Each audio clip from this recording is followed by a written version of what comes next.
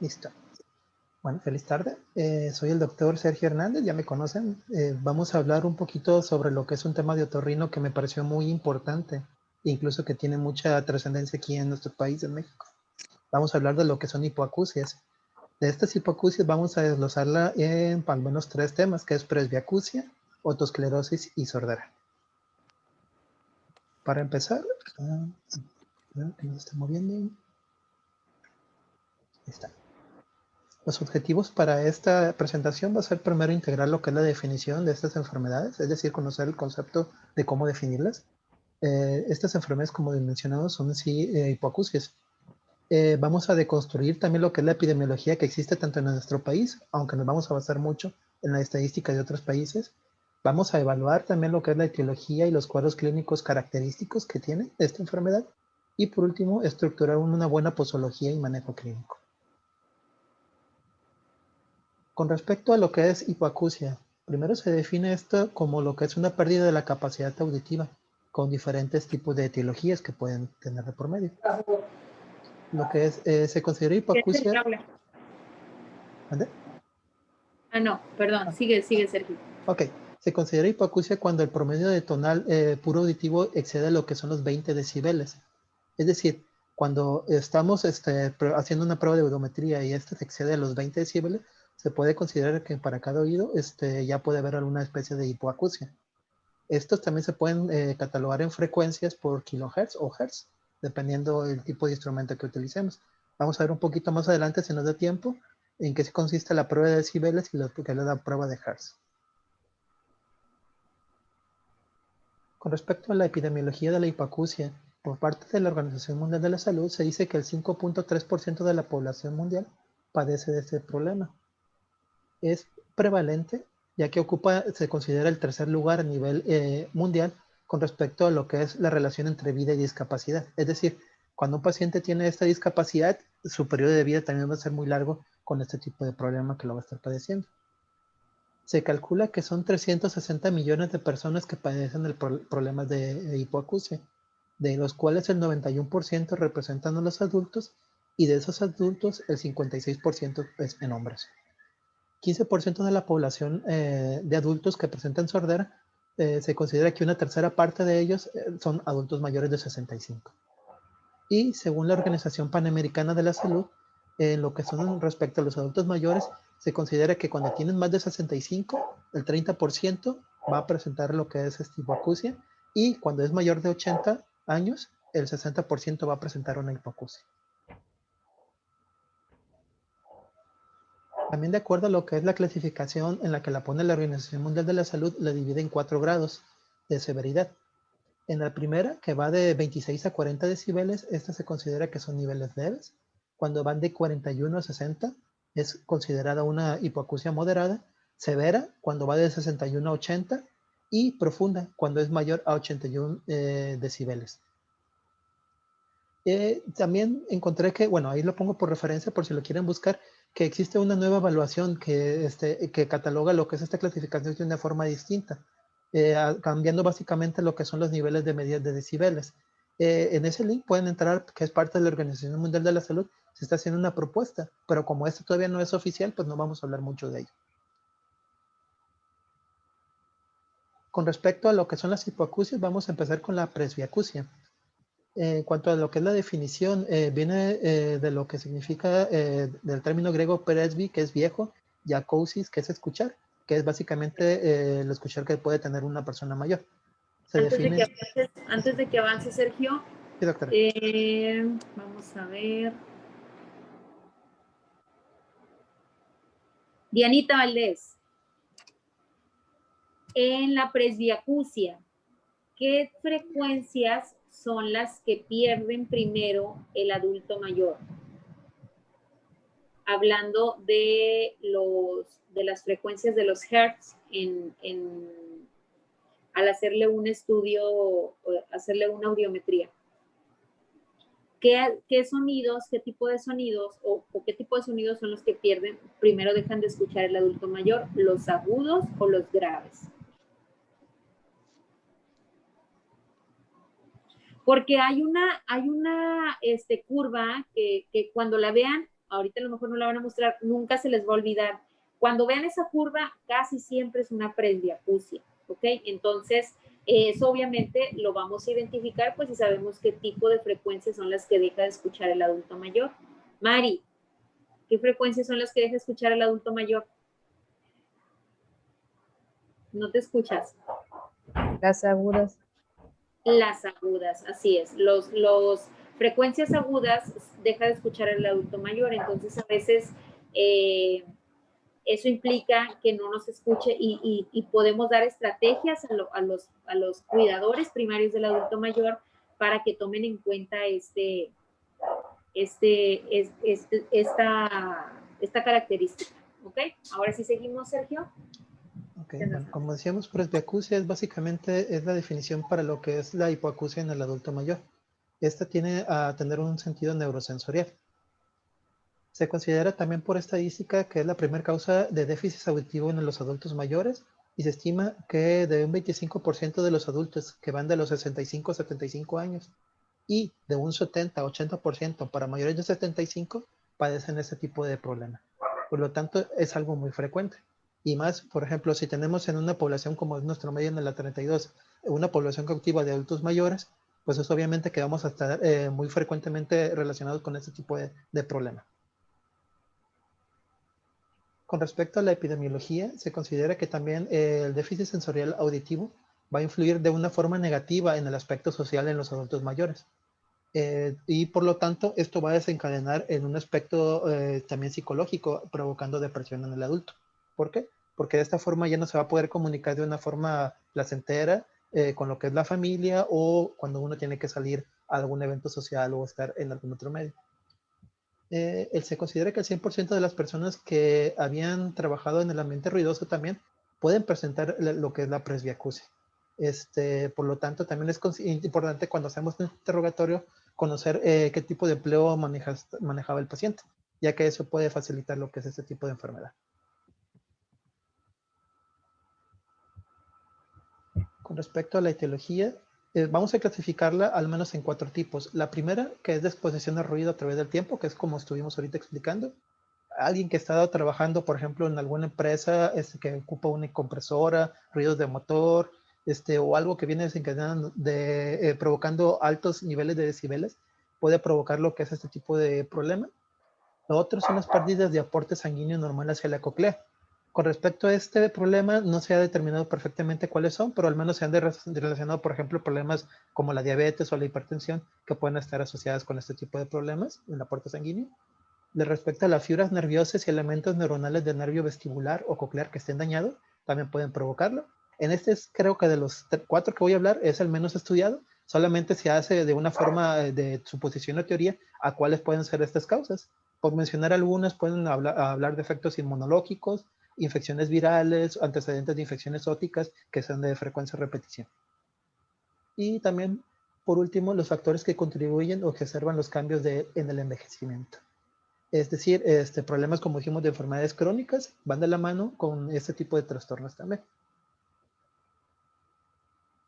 A veces se van a encontrar algún trazo en la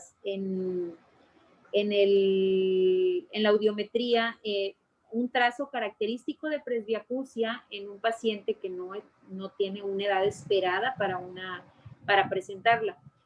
Aquí tenemos que tomar en cuenta estas características o estos antecedentes que nos menciona Sergio. Si es un paciente que estuvo expuesto a ruido constante por años trabajando en una empresa, no utilizaban a lo mejor antes, ahorita ya les van a tocar más pacientes que les van a comentar que tienen equipos de protección personal. Sin embargo, antes eran poco utilizados o no estaban todavía tan vigilados por la ley, en este caso del trabajador. Entonces, tienen que valorar los antecedentes del paciente y si tiene algún antecedente, algún trauma acústico agudo o traumas acústicos constantes, ya sea por exposición laboral y demás, hay que tomarlo en cuenta porque incluso podemos asociarlo a alguna enfermedad de trabajo y darle el seguimiento como tal. ¿Ok? ¿Seguimos? Okay. Bueno, con respecto al cuadro clínico, como comentaron, es más frecuente que sean tonos altos o agudos, es donde se inicia.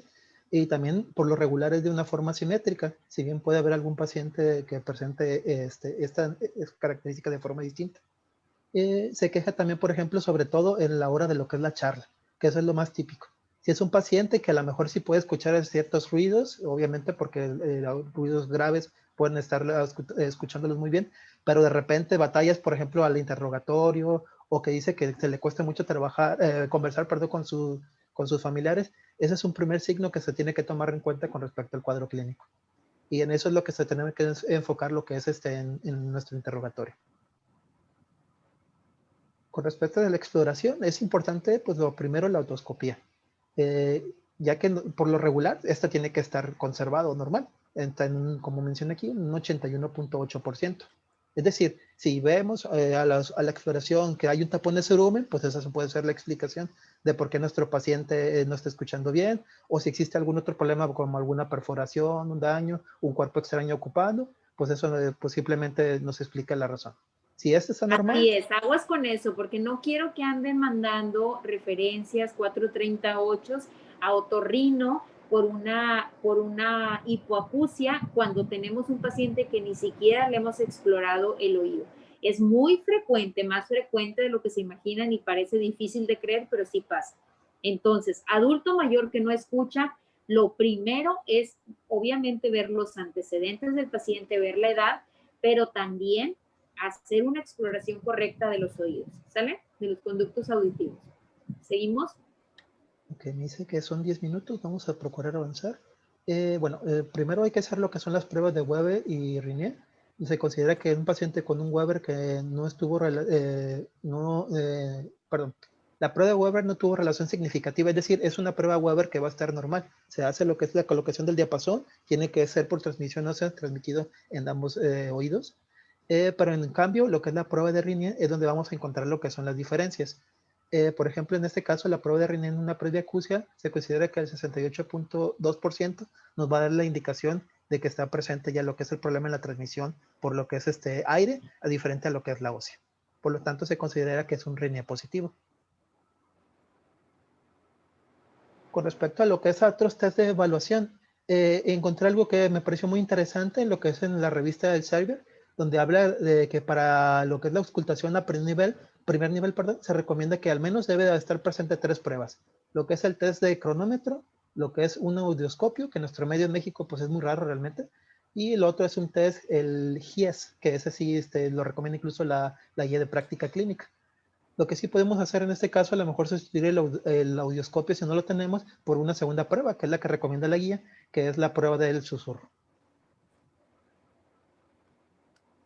¿En qué consiste? Primero, lo que es la prueba del susurro, lo que vamos a hacer es colocarnos detrás del paciente a una posición aproximada, perdón, déjenme revisar que se me olvidó, de al menos un 60 centímetros de distancia del paciente. Colocándonos a esta distancia de espaldas, lo que vamos a hacer simplemente es repetir números cortos o palabras susurradas y pedir que el paciente la repita.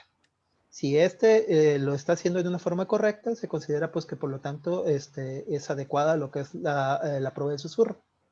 Pues la prueba del reloj es un poquito distinto. Lo que vamos simplemente es con un reloj de manecillas que tengamos, lo colocamos a 15 centímetros del paciente y le pedimos que en este caso nos identifique si lo escucha. Para esta segunda prueba se recomienda que sea al menos 6 repeticiones para identificar si el paciente realmente está escuchando o no lo que es el movimiento de las manecillas.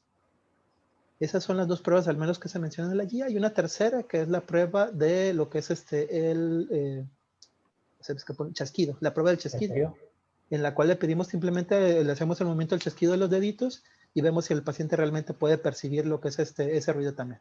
E igualmente también lo tenemos que colocar a una distancia variable. Y el otro que también se recomienda mucho y que viene también en la guía de práctica clínica es el test GIES. El test GIES va a valorar lo que es el comportamiento auditivo del paciente en diferentes situaciones, ya sea en convivio con la familia, en su trabajo, al hacer su práctica rutinaria. Consiste en dividir en 3 puntajes. Si el paciente nos contesta que no, se le da un puntaje de 0. Si contesta que en ocasiones se presenta o a veces, se le dan 2 puntos.